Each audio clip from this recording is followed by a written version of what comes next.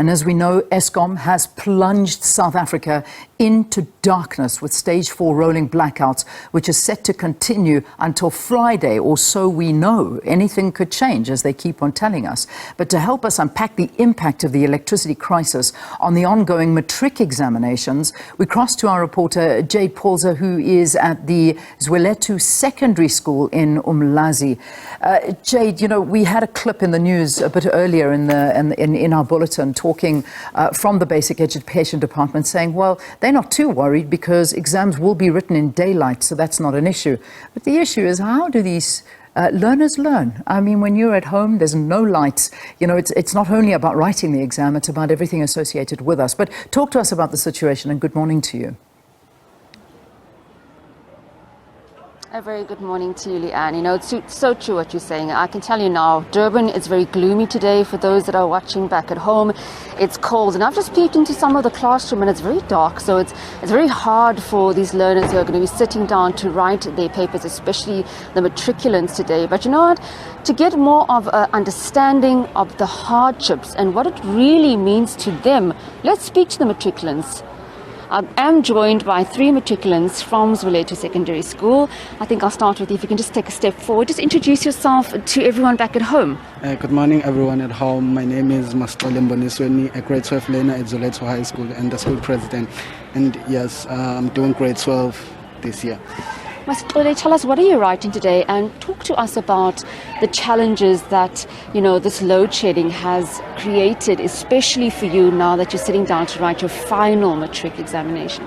Unfortunately, I'd say that today I'm not writing. I was writing yesterday my maths paper, and this load shedding has really given me a hard time to study, and it hasn't been easy at all for me because back at home I have few hours to study during the day, so most of my time I spend studying at night. And if load shedding occurs at night, and it means that I have to sleep early or I have to sleep late because I have to wait for the electricity to come back and get time to study again. So it's really been hard for me, and using those cold showers early in the morning while it's cold, it's not really something interesting that I'd wish on anybody to face, and it has really been a tough one for me. This load shedding has given me a hard time. What are you using to study? I mean, you're saying that, you know, you're studying in the dark. Are you using a candle? Or what are you using?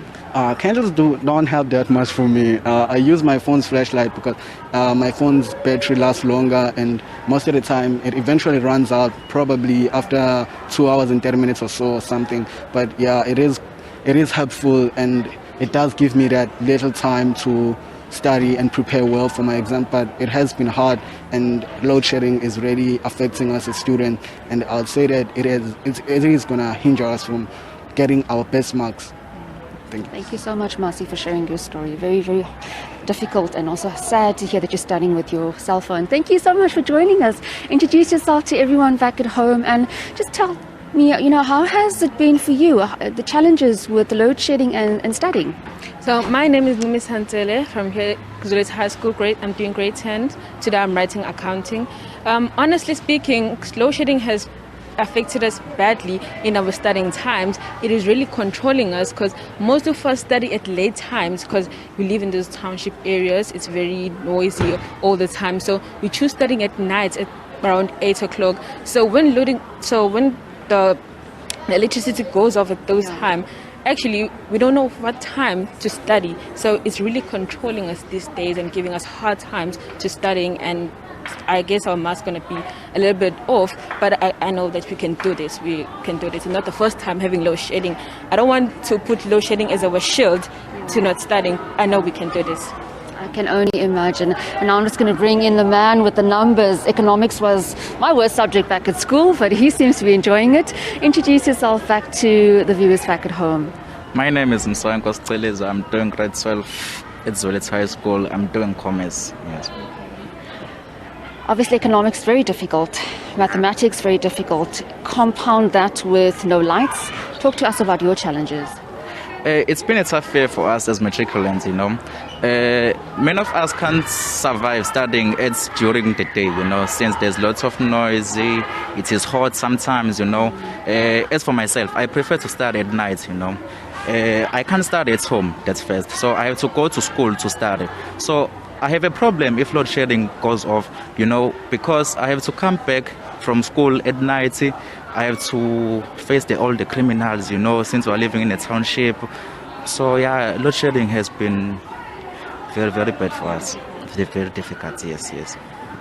Guys, well, I just wish you all the best, and I'm sure all the viewers back at home and Sakina and Leanne are wishing you all the best for today, and continue striving irrespective of what's happening today. Thank you for sharing your stories, very heartbreaking stories, Leanne, of matriculants sharing their experiences about how load shedding has affected them, studying with their cell phones. Many of them saying, as you heard, they can't study at home, it's too noisy, they've got their family members around.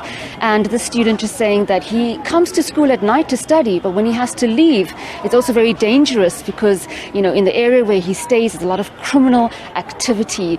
So this is what matriculants are saying. I'm just going to wish them good luck as they go and prepare in the hall. Thank you so much for joining us, and all the best for your papers today. We'll try and speak to the principal and the teachers of Zwelethu Senior Secondary and ask them how they have been assisting students. Many interventions are being done by a lot of educators around the country to enable and assist matriculants who are sitting down for their final papers this year. Leanne, I'll leave it there and hand it back to you. Jayed, thanks very much for bringing us those stories out from Zwelethu Secondary School in Umlazi, and some of those matric students talking to us about some of the, I suppose, very unfavourable conditions they're having to learn in for these exams.